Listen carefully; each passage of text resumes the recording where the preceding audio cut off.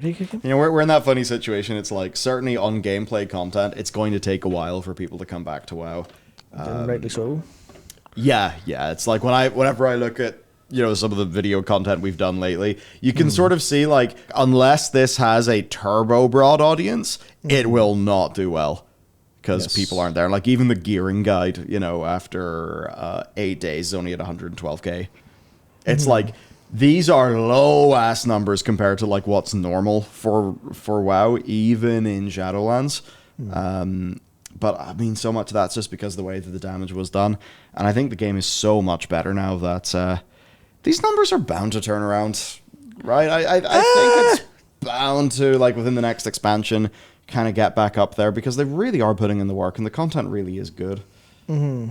And certainly the cadence. And I suppose that actually might be another bit. Maybe they are more willing to have this raid be a bit easier.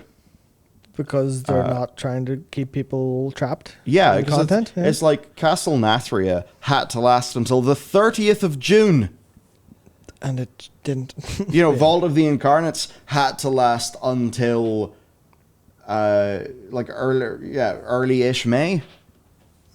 Like, that's a freaking big difference, especially when you consider that not only did Vault have to last for less time, but also there was more in-game content added in the interim, right? So maybe Blizzard are happy to have their tuning such that we can just go through the game faster, because actually they're making more of it, which probably is more healthy. Do you like more more game? Do I like more game? Well, no, you always talk about the thing that you care about more is the novelty, right? Yeah, not doing the true, same thing over and over again. That's true. And the novelty's a big win. That's the thing that really, really, really gets me about, like, doing that Warlock Quest on PTR today. I was just like, this is right. Well, it took me 30 minutes because I was very slow and I looked around every corner and I was like, what the fuck's going on here? Because we're in a very interesting place. So I'm like, what's going on here?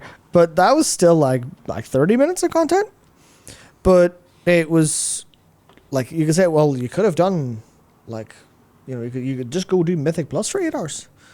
That's there for you. I'm like, yeah, but that's not new. That doesn't light up my brain. And it's like, what? Even take Final Fantasy 14. Yes. And the amount of times where a 45-minute fetch quest Sick. will be of just actually click, talk, click, talk, click, talk, click, talk. No voice acting. Insane. Like, you take the recent Omega. Yeah. Or it's not recent anymore, is it?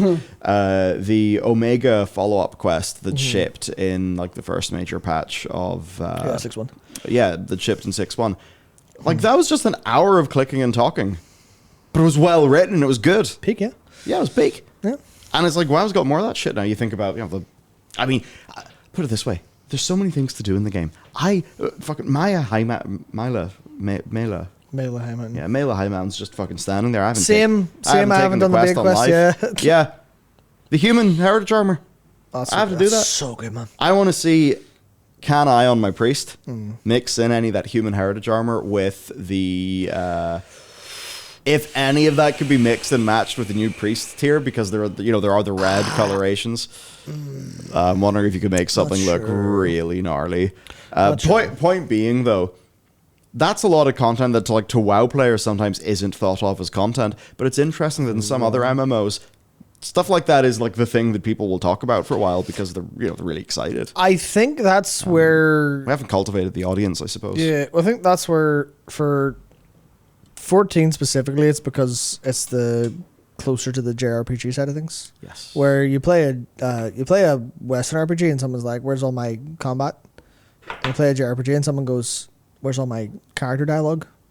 You're like, "But that's not gameplay." And you go, "Shut the fuck up," because you don't argue with people like that.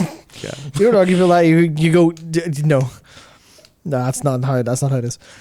That's not it. But yeah, I feel like there's a little bit of that where people kind of don't get the novelty of it. It's being like deeply ingrained in what the idea of content is, and because of all of these other expectations and all of these like way you think about things, how you frame the world, what lens you look at video games through, because you played nothing World of Warcraft your whole life, or you're ARPG player and you play World of Warcraft, you come to M+ because you like that kind of stuff, or you're you had two paths. Do you play Valorant or World of Warcraft? Something in your brain went right and you played World of Warcraft. Or maybe wrong, I don't know. Maybe you hit 19 years of age and realize you're too old for Valorant and want to play WoW instead. It was like there's those different ideas of what gameplay is, and some of that's so funny like, the way like Valorant is so like pigeonholed as like the big Zoomer game. oh, it's I'm so culturally like not plugged in. I just don't know. yeah. The only context I ever see Valorant is people who are 18, 19 and they're horrendously flirting over voice chat, and I'm like, In Valorant? yeah, I'm like, how about you stop, please? Video games were not made for this. Video games were made for you to sit and enjoy by yourself in your house in front of a TV. I might be old man. I might be an old man. Old man, Matt. I'm extremely old.